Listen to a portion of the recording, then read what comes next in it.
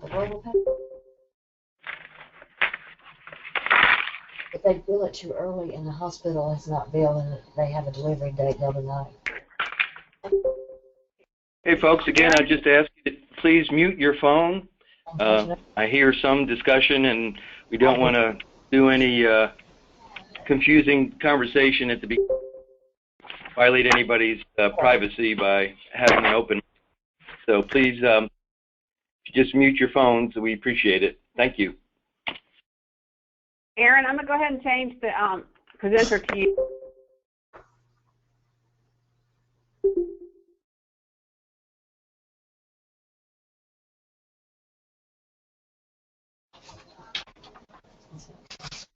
Well, I'm in a webinar. Fix my store. I hope the girls are going to join me. Refund. Hey folks, we'll be starting in just a minute or two. If you would, please mute your phones, and we'll be starting. You should be able to see the Turning the Curve PowerPoint cover slide. At this was information that was sent out yesterday by Kim Dittman on how to sign up and to participate in this webinar. So if you're able to see the Turning the Curve slide, you're good to go. And then, of course, you have the phone as your connection. Again, my name is Carmen Rocco. I'm the Health Director in Haywood County and Chairperson for NCPHA Public Health Leadership Section.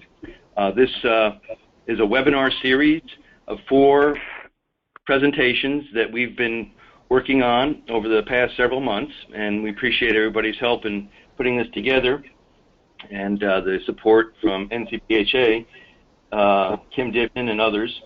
But Learning Lab brings together a mixed group of experts for a deeper dive into the content area, and the lab purpose is to advance the work of participants in the field by producing and spreading new and highly relevant insights, tools, and resources. This Leadership Lab series provides an opportunity to hear about creative approaches to tackling complex problems by unleashing collective wisdom and experience.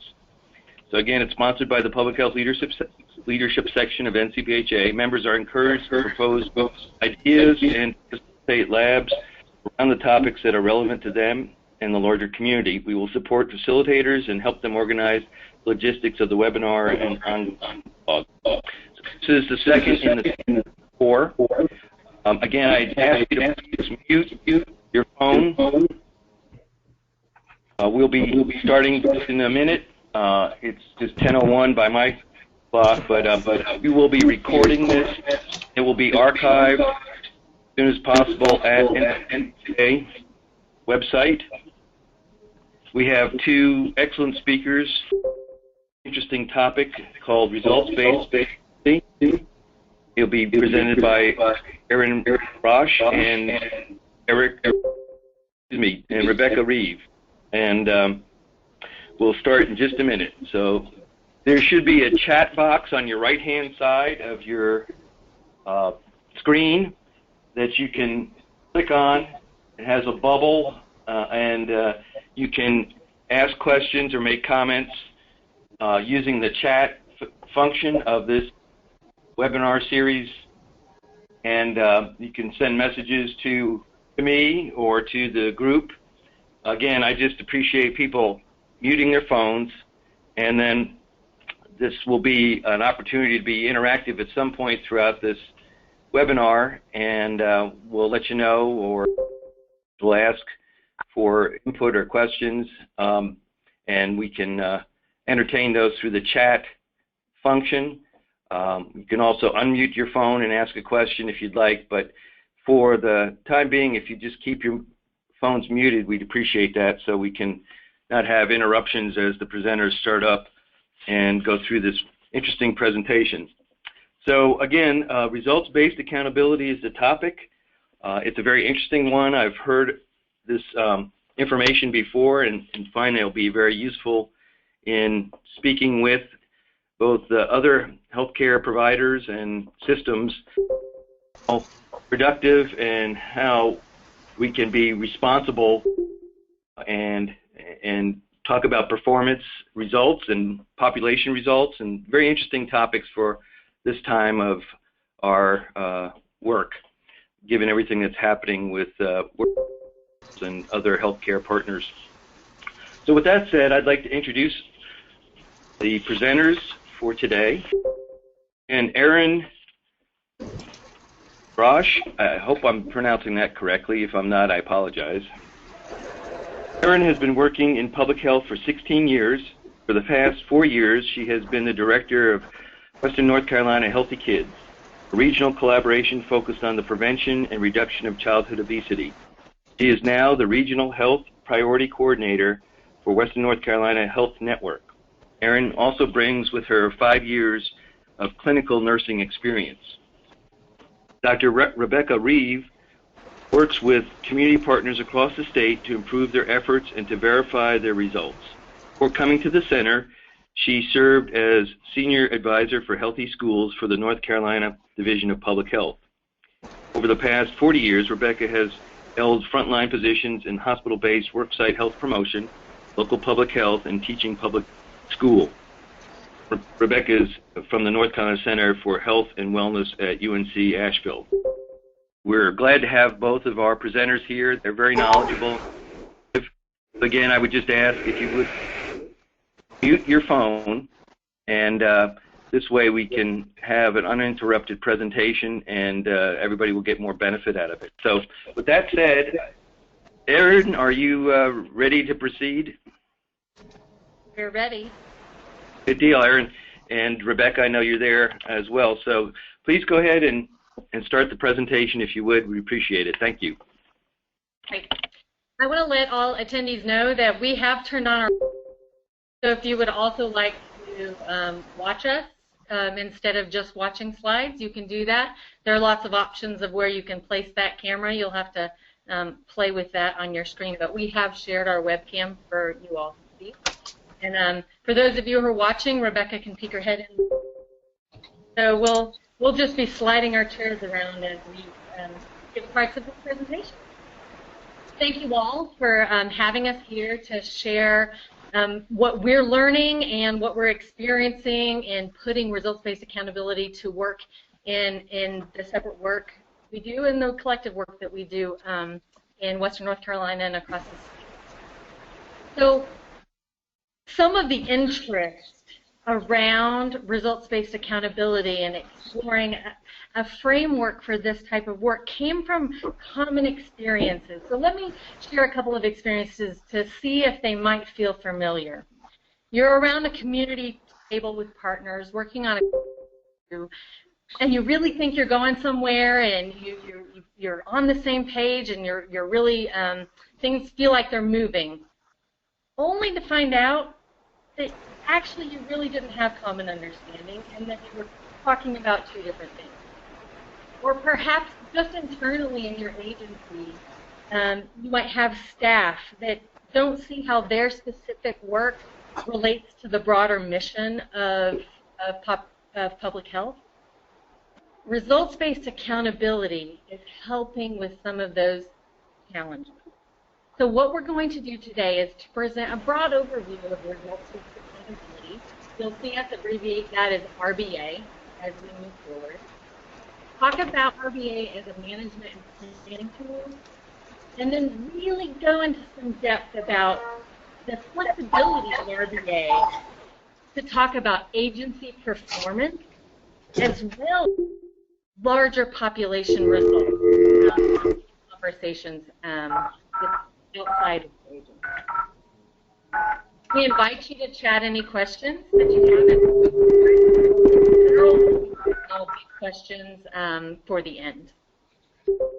For joining us, if you'll make sure to mute yourselves so that we don't hear an echo. Enter your access code followed by the pound or hash sign.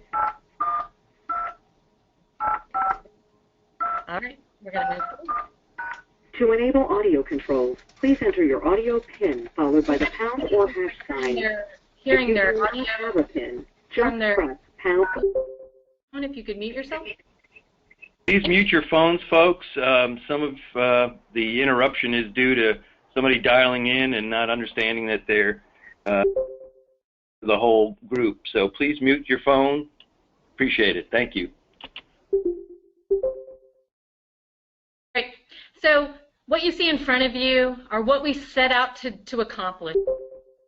So we want to show you the RBA, the use of common language and understanding to work in collaboration with stakeholders, to really clarify the difference between population results and performance results, and then talk about the accountability and responsibility at both of those levels. And then finally, show you that we have found this to be a very useful framework for public health planning and evaluation, and also for population health quality improvement efforts. All right, I'm going to let Rebecca pop her head in just to say a bit about her agency.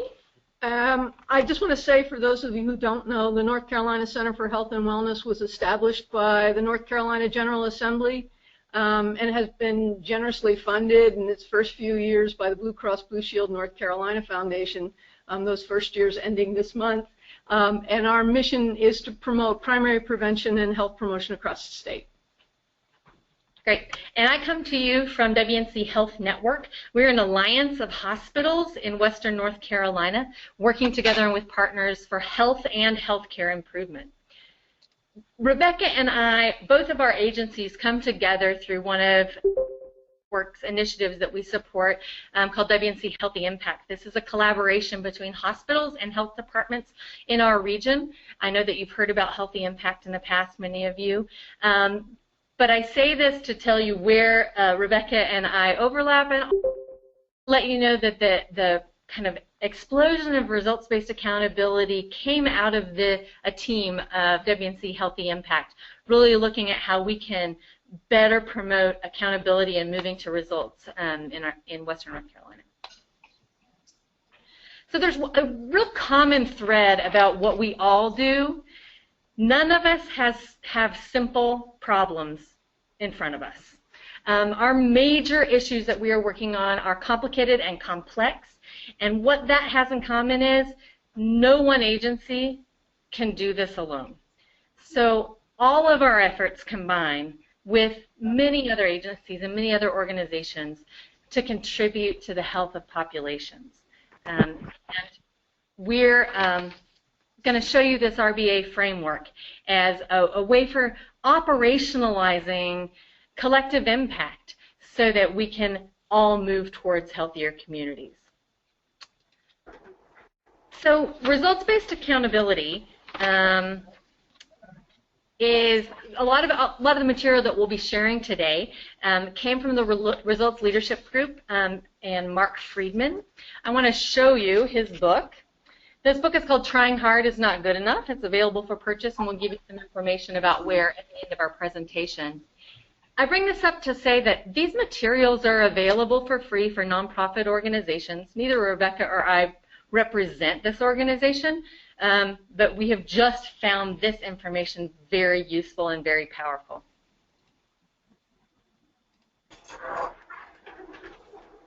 So what is results-based accountability?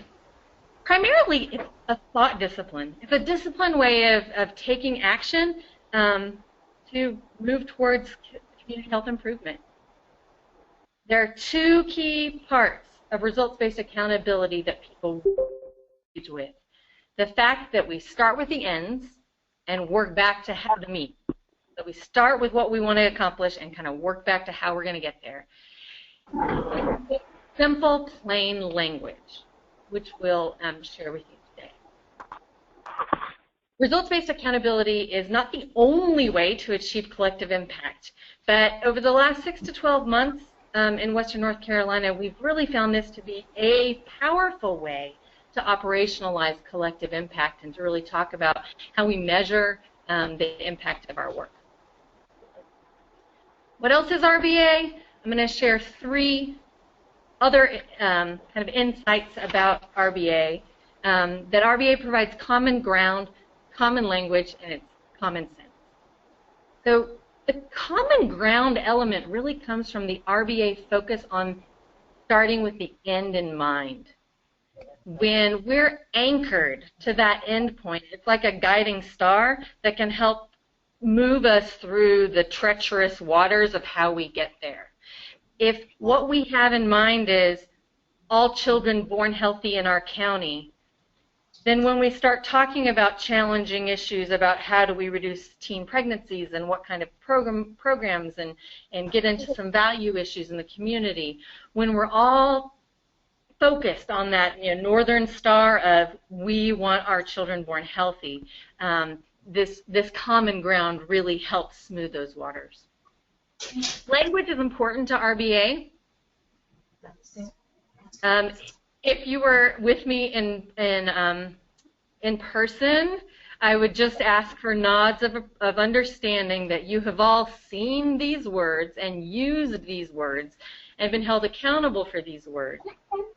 And often what you mean by these words and your partners mean by these words in front of you are very different. We can put together some very powerful sounding language. I can tell you that we're really focused on core qualitative benchmarks or urgent priority objectives.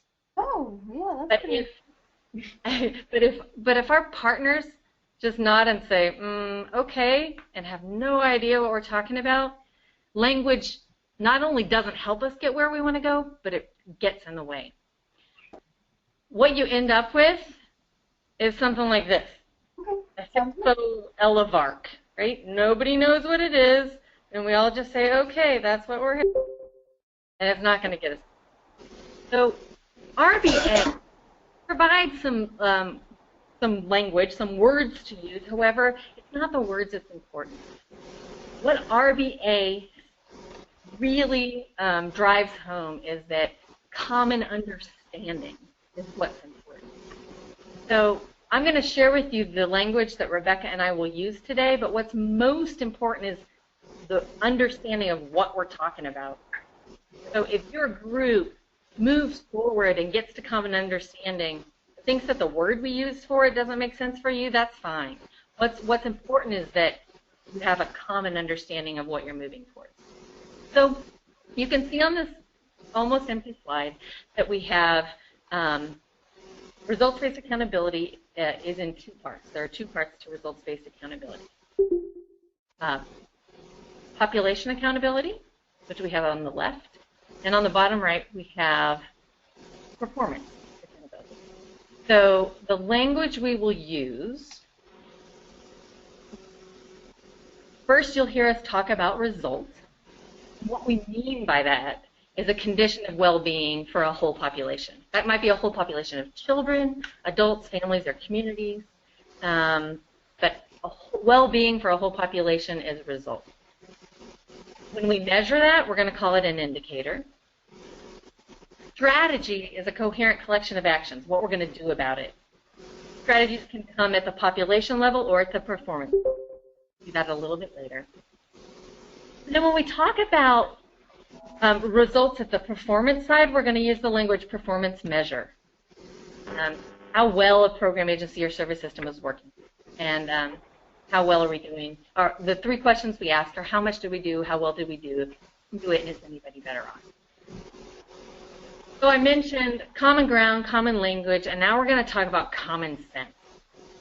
So I'm going to present to you the RBA thinking through a very common experience, having a leaky roof. And for those of you watching on webcam, I might talk to Rebecca for this, because this is an experience many of us have had.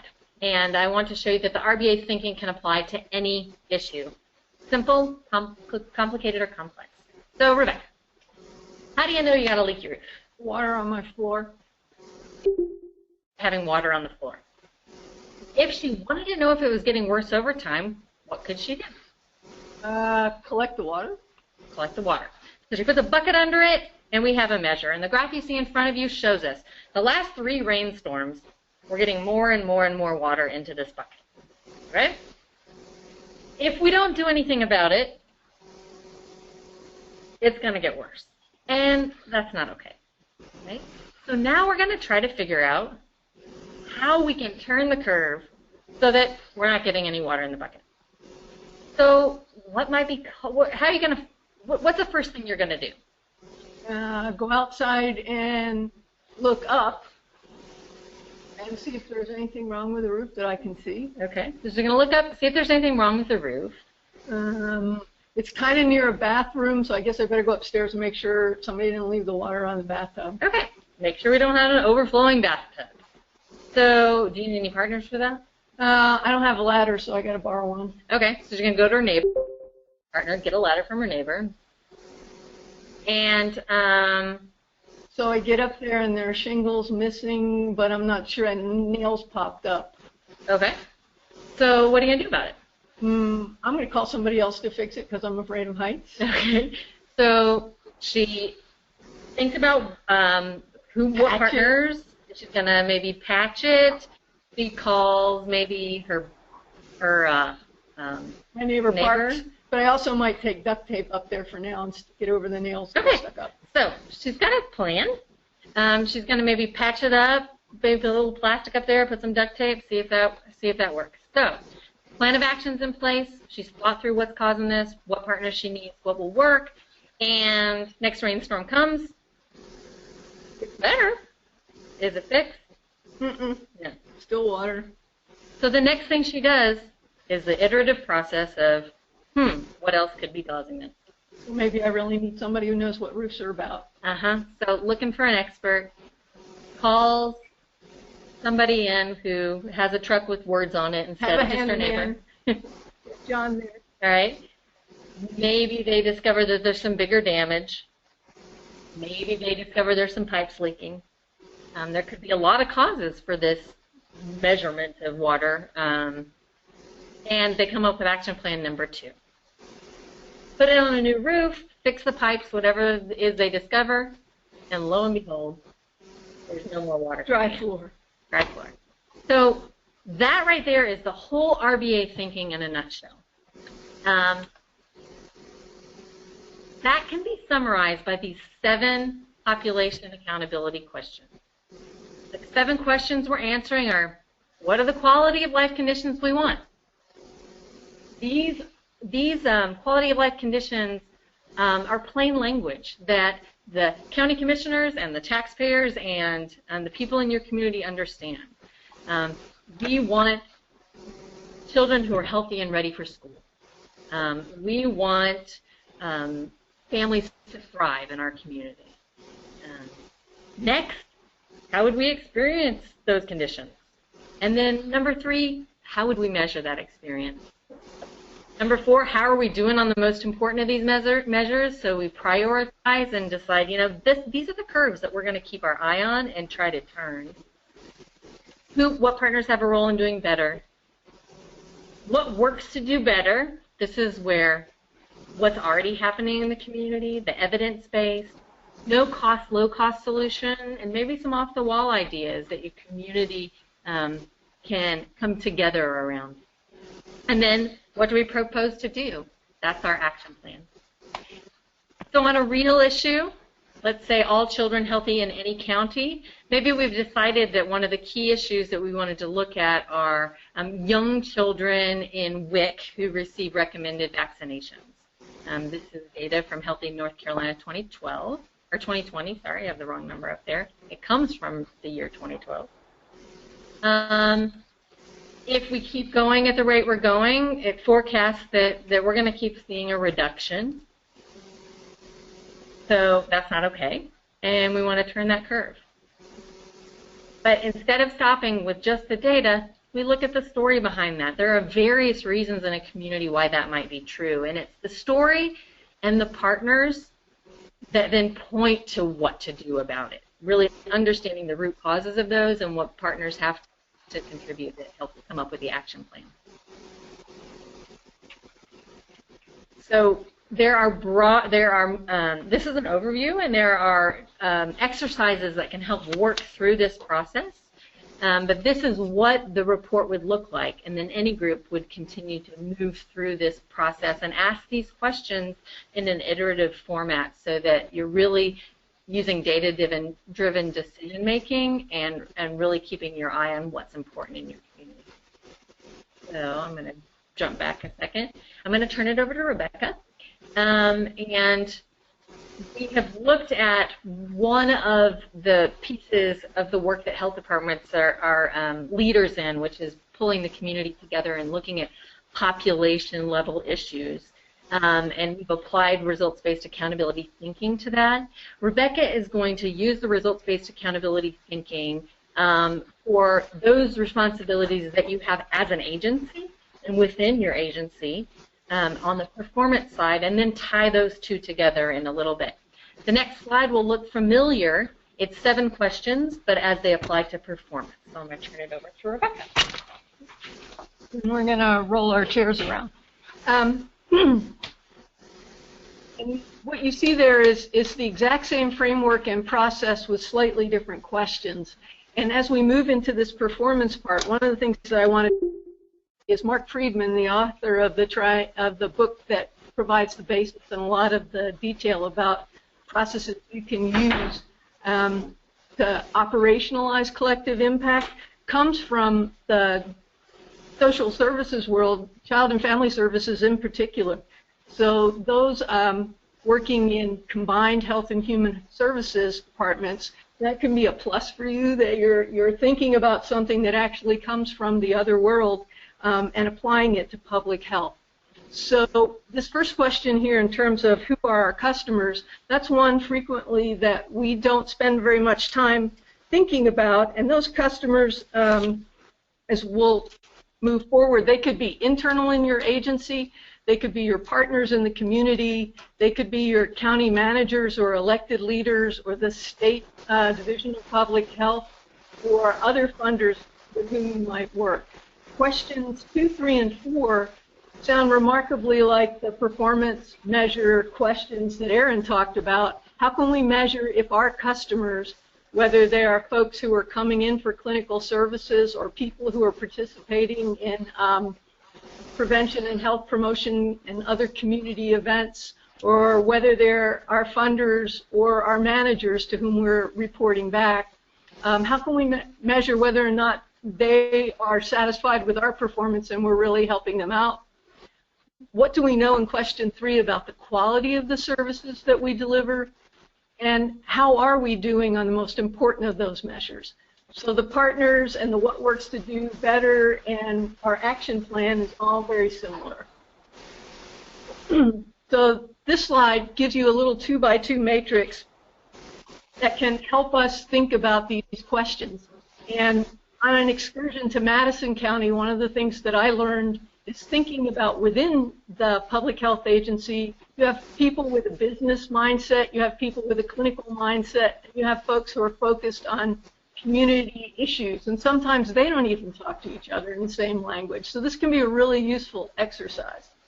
When we look at this and the 3 questions, you see down the left-hand side the effect that we're producing and the effort that we're putting out. When you look down the columns, we're talking about how much, and on the right-hand side is what's the quality of the work we're doing.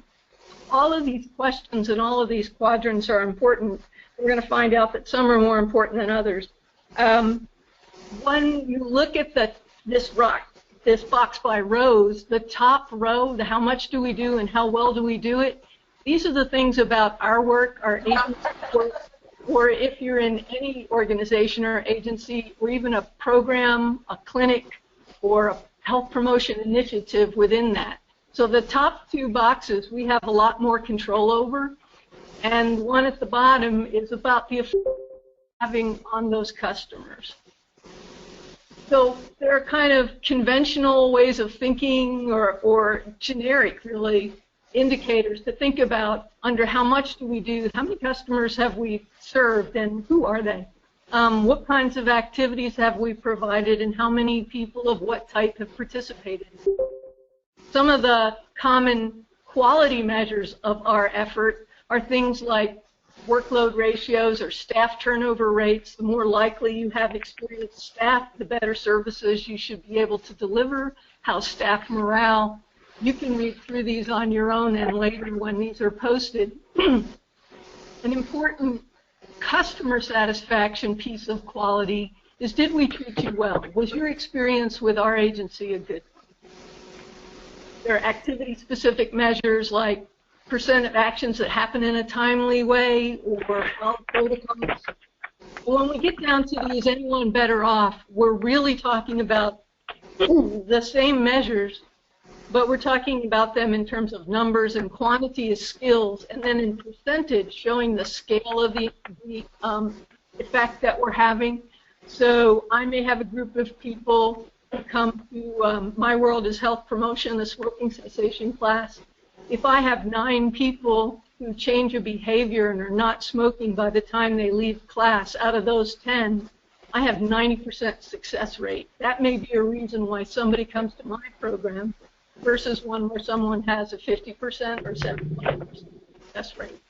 So that's how we're thinking about these questions, and some general terms of, is anyone better off in what they know, what their skills are, what their attitudes and opinions are, what their behaviors are, or circumstance. And in the case of health, that could be, I didn't have insurance before, but you referred me to someone, a navigator or someone else, and now I have coverage. That's a change in my circumstance.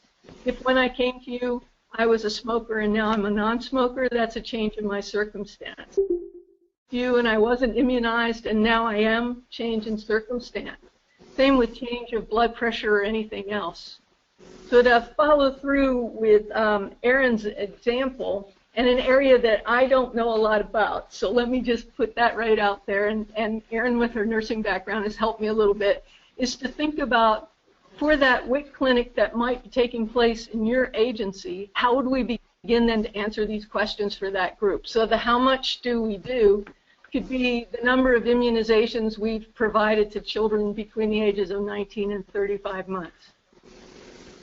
If that's going to line up. There could be a lot of other things that we do, but this is one to start from. Do we have fully qualified staff who are successful? Have they been there a long time? What percentage of the time do we follow the exact protocol?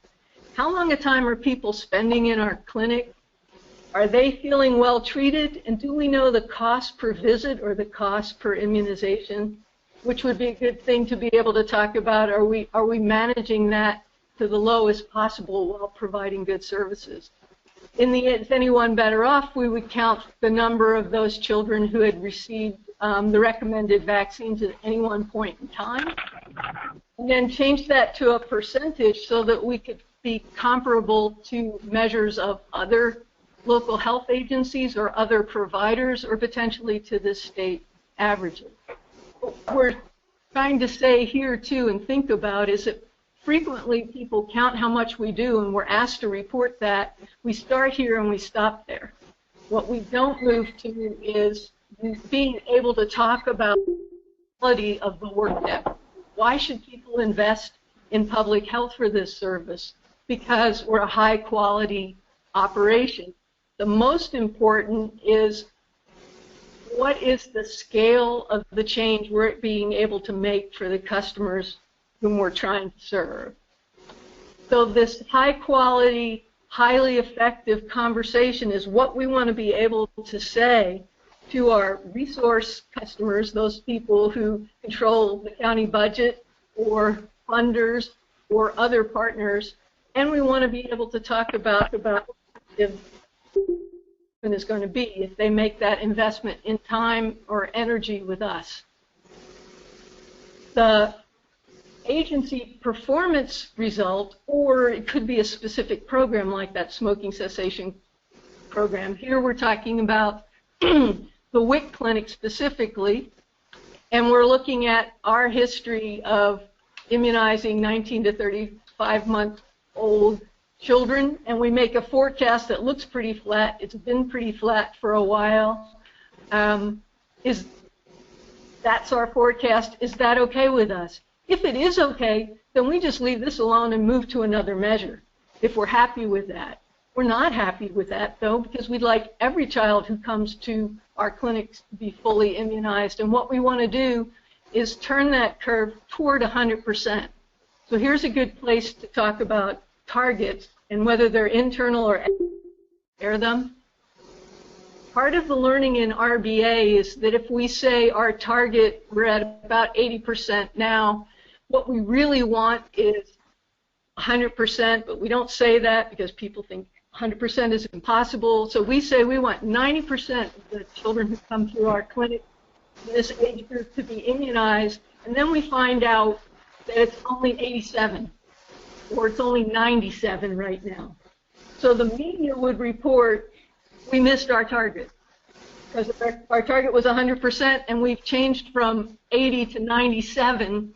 We've done all that good, but I heard 2 news stories last week that did this. The target was X, they got close, but they failed because they didn't meet their target. What we want to talk about is moving toward that ideal of 100%, and that's the return on investment for making the change that we're doing it and following it the way we are. So again, when we share a number with any one of our customers, the media or anyone else, we want to have the story behind that. In this case, you know, maybe we don't always ask or assess or complete in a record what the immunization status is, or the staff are unsure of a referral process to a different kind of clinic. Yeah, remember, I'm out of my element. When we think about partners, we can think about the WIC administrative support. We can think about the clients, about other folks outside the WIC clinic who may know something and be able to share and help us. So what do our colleagues on our staff, what can they do to help us? Who's doing best at this in another health department? Maybe we look at, hey, what can we do? So again, we're trying to come up with 3 or 4 ideas that would work best, turn the curve, and hopefully always thinking about, we always say we need more money, and we do. But until we can tell our story of having high quality, effective services, it's hard to get people to invest in us. So what are some no-cost or low-cost ways we can get started? We want to look at evidence, and that off-the-wall idea is for the case we'll never have innovation if everybody's only looking at evidence-based practices. How might we tweak or change or do something specific that resonates with the values and the culture of our clinic and our folks to move things forward? So this performance measure idea and picking important measures to report to specific audiences can become a way to really put forward the high-quality work that we are doing in our local health departments that sometimes goes unrecognized. So if you think that at a certain level there may be 3 different types of clinics who are looking at 3 to 5 really performance measures, when they report up to the supervision of that level, that person can glean from those 9 to 15 3 to 5 important pieces of information, or even think about doing a composite measure, and report up, say, to the health director. Where are my numbers going? Anyway, I went backwards. Sorry. This is why I'm here with Erin, because my technology gets crazy. So the idea is that the health director at any one time has 3 to 5 really key numbers with a story behind it and who the partners are and what works and why we're doing it to communicate about what is our public health department, and at the same time can dip back down for specifics if needed to talk to a specific audience. Like you might want to do a presentation about immunizations across your clinic, and so you would talk to those folks. So we are sort of giving you a drink from a fire hose, to use the cliche, and showing you everything. But here then we move on to how do we put those 2 together in our conversations moving forward. Back to Erin's slide saying inside a program or agency, it's all the pieces that come together to describe that agency, your department work. And that department is one of the agencies in the county and community across the state that's trying to change those population results. So this schematic sort of pulls that all together and says we're attempting to reach certain population results and ends that we can measure through the means of working with other partners who align under the same strategy or look for strategies that support each other so that their individual agency in its programs or projects can say, these are the customer results that I produce. This is how I'm contributing to that change of a population result. My measures are aligned, and in this case, the one we use, we talked about percentage of children at a certain age being immunized and used the same exact piece of data. It won't always be the same piece of data, but it will relate to that. So if you're contributing to stable families, and one of the things that your agency does is help identify and refer people who might have issues with potential child abuse or need referral to find a job so they can have an income that has a livable wage, we can say we're aligning our measures with others who are doing similar services toward a population outcome. So we are responsible for our customer results, and we are contributing to population change. And this really resonates with our hospital and medical partners in population accountability. This has been true in the western part of the state, but also with folks I've worked with across the state. The relief of saying this population change is everyone's responsibility, which can then be sometimes nobody's business. So we're looking at our business in terms of our programs and strategies and projects and saying, are they aligned in a way, and can we identify some shared measures so that we can document our success and then contribute that to the community's success. So are we aiming for the right things at our community health assessment or community health needs assessment, depending on which world you live in? We've chosen the right things for our community, and we are doing the right things as partners, as a partner, and with our partners across the community to change those results. If you're a word person instead of a picture person, the same idea. Population accountability and results at the community level. We need everybody's collective activity to make that change. At the performance level in an agency, down to a specific job. I've just rewritten my job description based on the 3 questions of how much do I do, how well am I doing it, and who's better off because of my efforts. So again, we're hitting the highlights here, and there are processes that we can help you find or you can find on your own with the resources we're recommending to make this happen for you. So in terms of next steps for us, this is Erin again. WNC Health Network, again, our footprint are the 16 western counties in North Carolina, and you can contact us. We can provide training and support around results-based accountability for our western North Carolina partners, and we'll give you our contact information at the end. We don't have any specific trainings coming up, but have been working with hospital partners, health department partners, and community coalitions across the region who have an interest in this work. Rebecca? And I've made reference here to the North Carolina Center for Health and Wellness and our beginning rollout of a sort of a culture of results initiative across the state. We've reached 34 counties of the 100 already, at least with one person talking to them.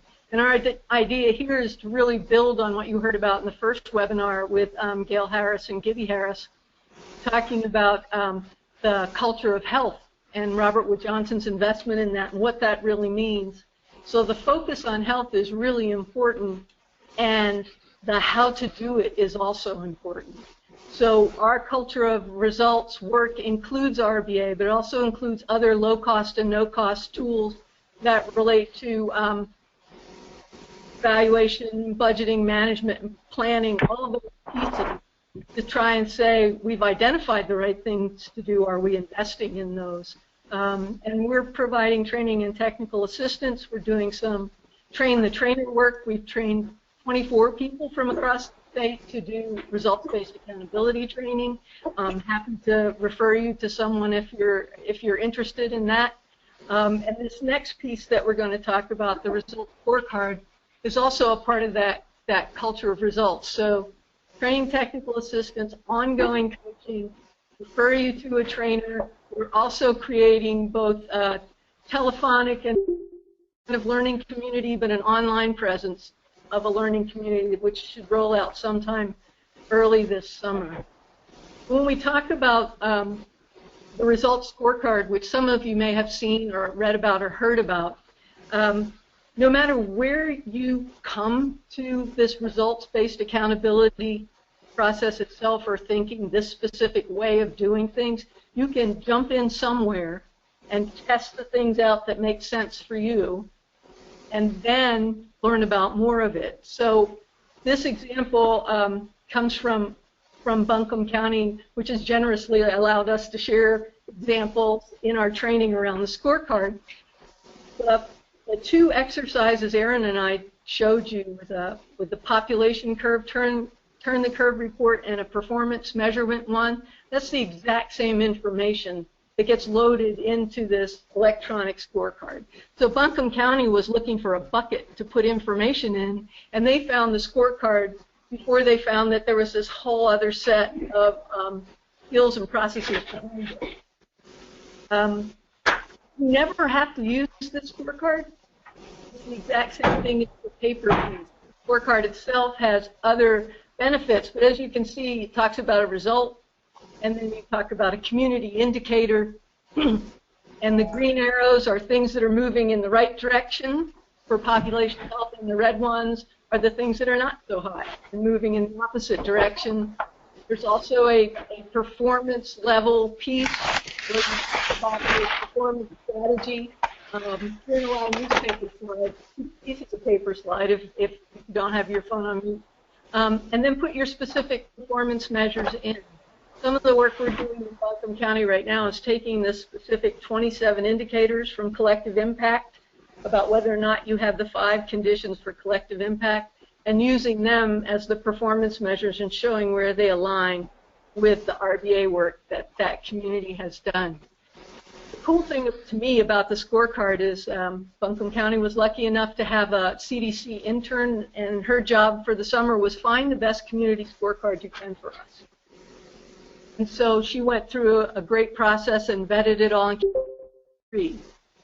When Western North Carolina Healthy Impact, when our teams together were trying to figure out what would be the best scorecard, we repeated the interviews with those 3 leading scorecards and had them do online demonstrations for us. And the results-based accountability scorecard turned out to be not only the most flexible, the one where you own your own data, the one you can do yourself, the one that has lots of online training, it's also the least expensive. And the cost of a license is less than a cell phone for a month. So in terms of next steps for you, one, we're hoping we have left enough time for some questions and answers and discussion. You can get the book and read it yourself. We've been seeding them all over the state, so there may be one available to you already. There are websites about which you can read more on results-based accountability. The RA guide that's shown there actually has some specific exercises in it, and you can teach yourself. Mark Friedman's video is online in parts of it. It can be a do-it-yourself operation. It can be a do-it and learn together with others in an all-teach, all-learn situation. And if you need help, we'd be happy to help you figure out how to find some. And that's the contact us part. And then we made that easy by putting, again, our contact information. So I'm going to try and turn this, and Aaron's going to do the computer wizardry to see if we can both fit in here. And Carmen, that's the end of our prepared remarks. So we're ready to move on to any questions and conversation. I'm really eager to hear people's ideas and reservations. Hey, well, thank you, Rebecca. And Aaron, for a great synopsis and an overview of RBA, which, as you said, it's like drinking from a fire hose, but at least gives us a taste of, if you will, of what's going on with RBA as an overview, and hopefully pique some interest others. There is one question that I see on the chat box that that I'd like to ask, and you may see it. What program did Buncombe use to create these reports? I think the RBA scorecard is what I think that's referring to. So if you wouldn't mind answering that question to begin with, we'll start there. Yes, I'll take that one. The Results Leadership Group's website, they are the licensed vendor for the Fiscal Policy Institute's intellectual property. So it's called the RBA Scorecard, Results Scorecard. And you can find out about it there. You can for free, if you're willing to share a credit card number, you can try it out for 30 days and just play around with it. So I would call that scorecard is actually the container for all the information that you get without needing the scorecard to then put it in one place. And our communications person, Eva Bland, has been our expert, and there's another at MAHEC here who would probably be happy to help to talk to people and give them some ideas. Hey, thank you. So one of the other questions you mentioned, or one of the thoughts, you mentioned the book, and that's the book that says Trying Hard is Not Good Enough by Mark Friedman, correct? Yes. It's available, this book right here. It's available on Amazon.com, but it's also available at, I brought the slide back up, resultsleadership.org, I believe. Resultsleadership.org. And also where you could find the RBA scorecard information, or RB, results-based? Results Leadership. Results Leadership page. They also have information there about the other services that they offer. We were lucky enough to have some funding to invest to bring their trainers to this part of the state to provide some training for us, and that's an option as well. Hey, thanks. So again, we'd encourage folks to either unmute their microphone now and ask a question, or to go ahead and use the chat feature to go ahead and ask a question. Either way, it's been very valuable information to hear, and again, it takes some time. I've heard this presentation a couple times, and each time I learn things in a little bit further. And I know you mentioned you've worked with 34 counties. You could give an example of another local health department you worked on or worked with on a particular project that you might think is interesting for the group to hear. And again, most of my experience has been in the population side. And the thing that I would share is the groups that I have worked with are at very different places. I've had the pleasure of working with a brand new coalition who we used this thinking and framework to start at the very beginning. But I've also used this with a group who were struggling, and what we discovered they were struggling with is they weren't sorting out whether they were focused on a population level issue or a performance result. And once we were able to do that, actually the group all high-fived each other and said, I finally feel like we're moving forward together. And that was really exciting. The specific example I'll use is a group in Polk County of community partners. It's really a sub-team of their broader health coalition that is working on the results of getting children being healthy and thriving, young children and families being healthy and thriving. They're specifically looking at getting kindergarten at a healthy weight. And really, very quickly, something we didn't mention is that this work helps move from talk to action quickly. That there might be pieces that might not have the data yet you want, but that goes into data development, and you keep moving in an iterative process. It makes people at the table feel like they're part of something that's moving and I would also, first of all, say that I said we've touched at least one person in every one of 34 counties. Be my ambition by the end of the next 2 years that there'd be somebody in every county that I could refer you to who could, if not be working with each person. One of the programs or projects with whom we've been working over the past year is the Safety Reynolds Charitable Trust Community Catalyst project. And Jamie Cousins is the lead of that team and has graciously offered to be our learning experience with creating a coaching for her as the manager of a team, and then her community catalyst with RBA, and to be able to use that in their work with communities, but also help teach that to their community partners.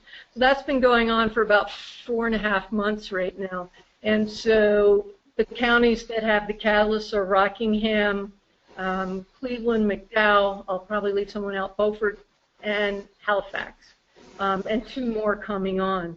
So if you have a community catalyst in your community, you want to check out with them how that's been, or speak specifically with Jamie, I think she'd be willing to give you the story of how that experience has gone. We've used RBA there she has used RBA there to revamp some of her reporting, to think about her own performance as she reports back up to the trust and through the Division of Public Health.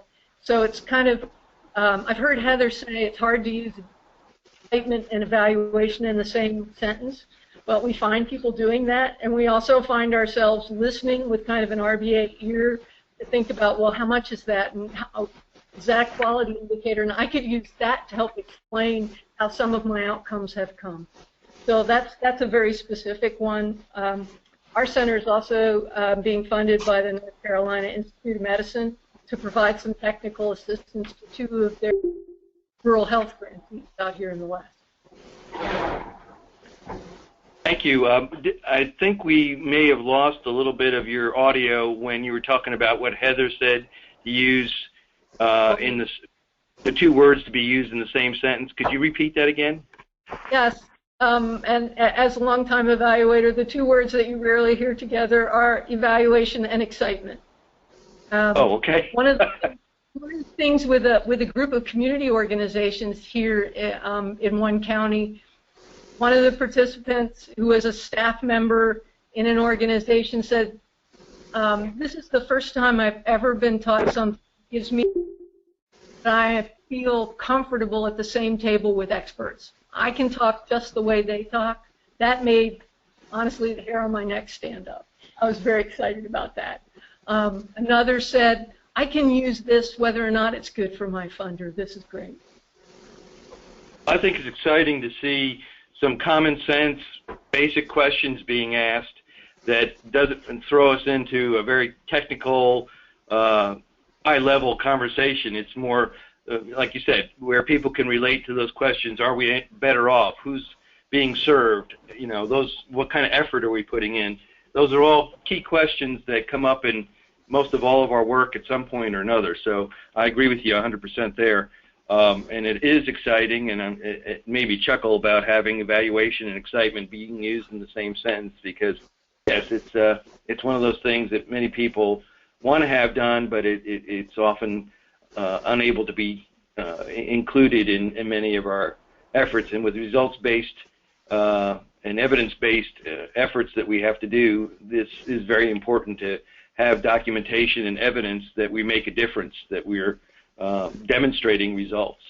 So just to summarize, I guess then we've got a few minutes left before we finish up at 11. How would somebody, if they're interested in implementing RBA at their department, what steps or what would you recommend they do in the way of next steps? You mentioned that, next steps, but just to kind of summarize again for people, what would you suggest they do as a start? I'm holding up the book because lots of books are terrible. to be quite honest, or at least they're a slog. This one is not. It's a very fast read. It's entertaining. It keeps with the RBA philosophy of plain language. This is an easy book to get through, and it would be a great reinforcement of what you've heard today. I would highly recommend getting your hands on this book and reading through it. I think that's the best, probably $20-ish investment. I think also just the 2 slides in this presentation that have the lists of 7 questions are a good place to start. You may take that set of questions for performance measures and just think through one piece, one small project or one small initiative, and think about how that might apply to something that you do. I agree with Erin, sort of get the book or fish around on the website a little bit and jump in. One thing that I have learned, also in the book, the appendices in the back are your trainer. You can start with Appendix A and think about how you would work with your leadership team or with another person on an early adopter on one specific project, and try those exercises out.